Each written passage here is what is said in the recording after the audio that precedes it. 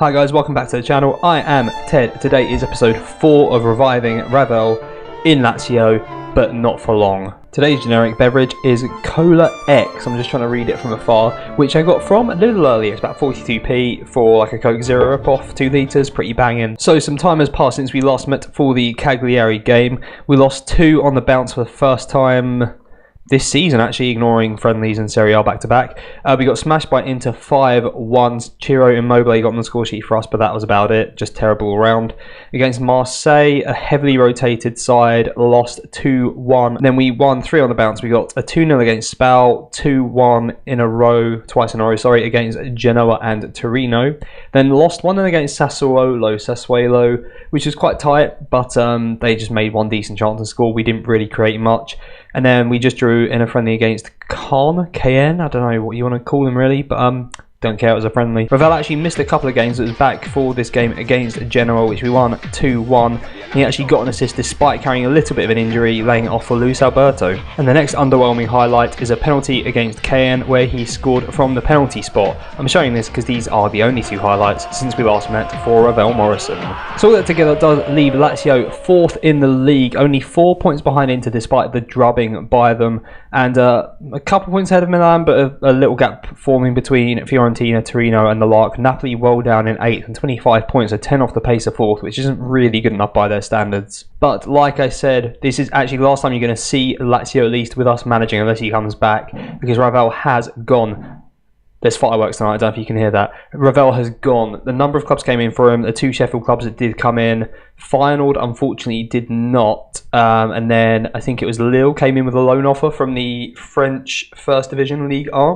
But a team in the Premier League did come in, so I did kind of step in and reject all the other offers because I thought he'd surely want to be back in the Premier League. So finding some music that is as nostalgic as Galazzo is going to be hard. I know what I want, match of the day, but whether or not I'm going to get away with it is another question. But cue some music.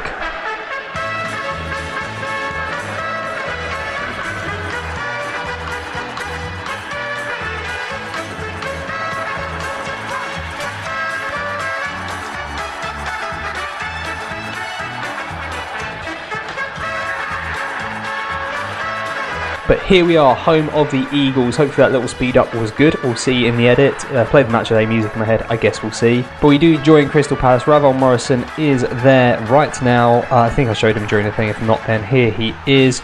Got an abundance of players that can play in attacking midfield, but we'll see how he gets on. So valued at 7.5 million euros. Gone euros just for a more realistic feel. I could probably change back to pounds now. 108k per month. He's got only a 1.5 year deal, so we see how that gets on.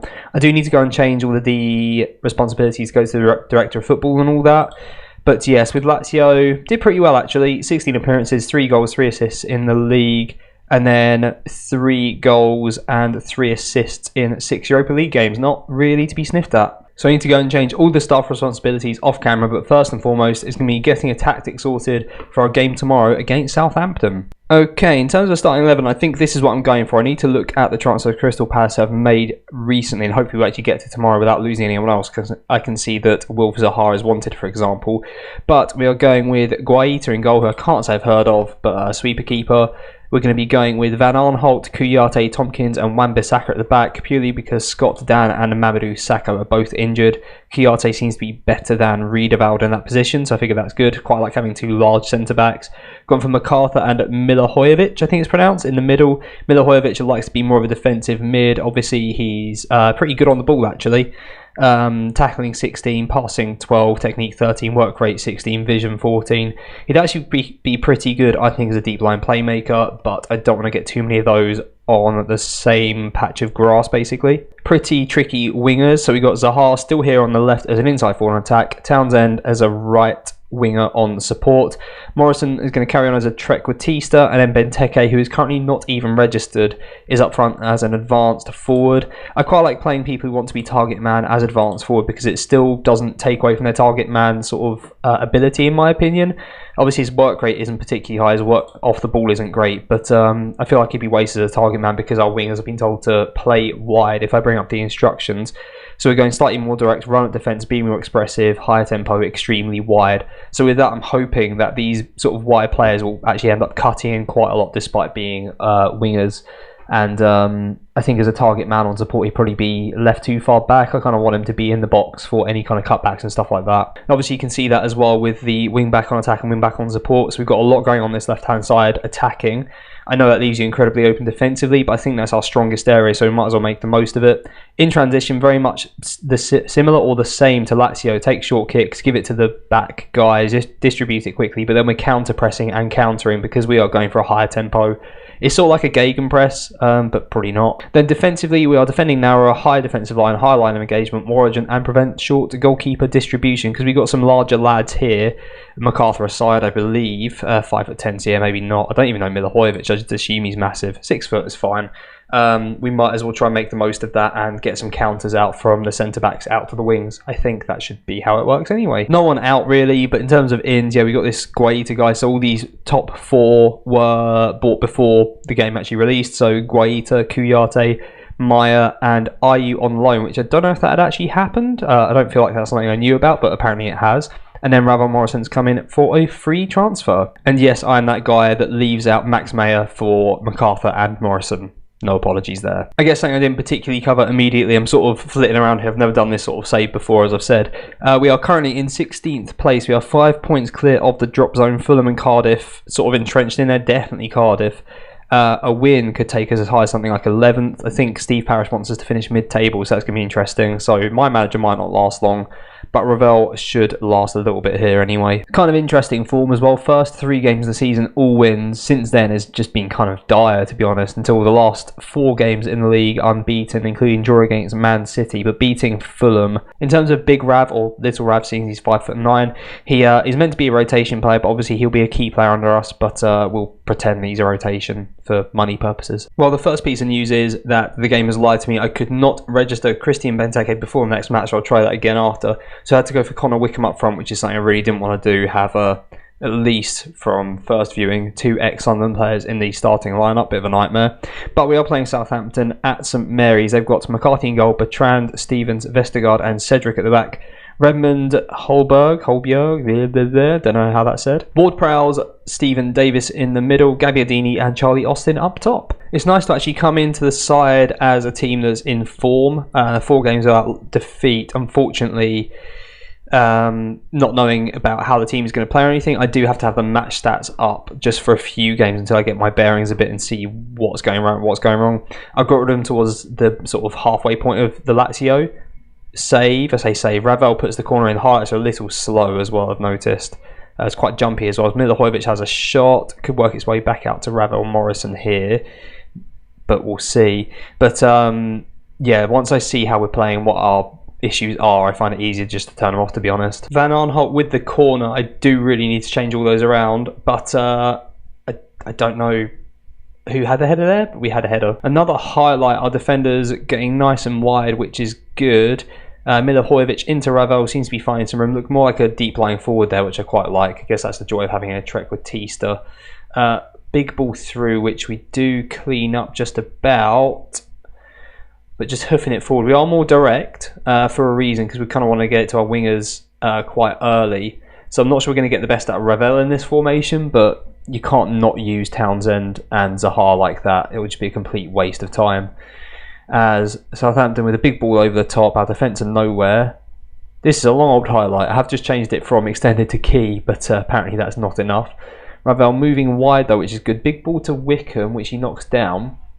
Again, it's nice to see him. I didn't see too much of him in that Trequartista role at Lazio, but he's definitely moved around a hell of a lot more than he was. As Milivojevic gets given the run of the whole pitch. That rhymed. I didn't want to rhyme. I could feel it coming. And we go 1-0 up. Bang him. Highlight.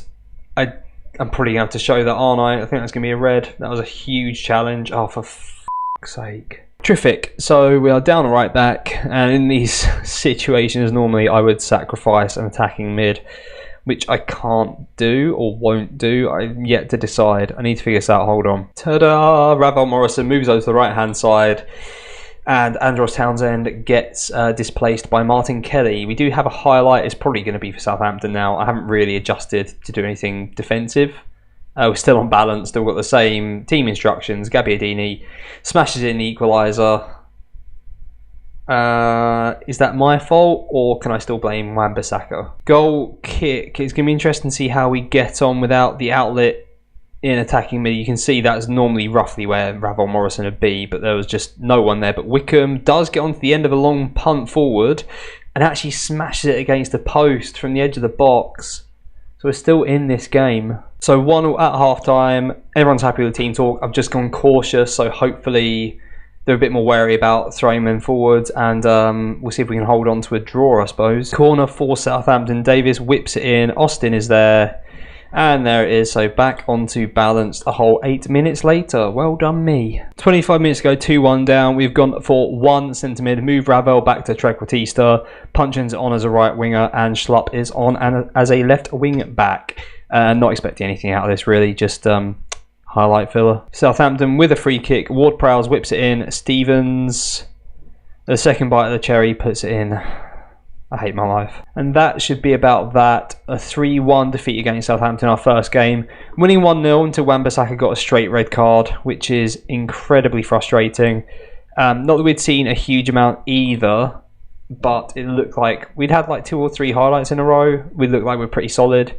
And we just got opened up as soon as that happened. But here we go. We got a nice, as soon as I can find the button for it, a nice button here. Ravel Morrison made his debut. Well received by the supporters. Yeah, first game back in English football since departing QPR in May 17. So not even 2 years. Wan-Bissaka is getting a 2-week fine, and he loves it. Good on him. So there's unfortunately not a huge amount we can gauge from that, seeing as he was played out position for a large portion of that game, Ravel.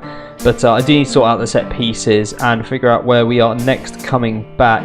I think throwing in a big name might be good for me and get me some numbers, you know, classic stuff. We might go for a Chelsea or an Arsenal. We'll see how we're looking in the league, see how he's performing. I definitely need to come back for that West Ham game though. There's probably going to be 3 more episodes this season, but I guess we'll find out. But yeah, somewhere around here, Chelsea, Arsenal, we'll see. But if you love seeing Ravel Morrison return to English football, the Premier League, please do smash a like and subscribe to see where he ends up next. Probably QPR, that'd be weird. Crystal Palace for a little while. But yeah, let's find out together. But thank you very much for watching.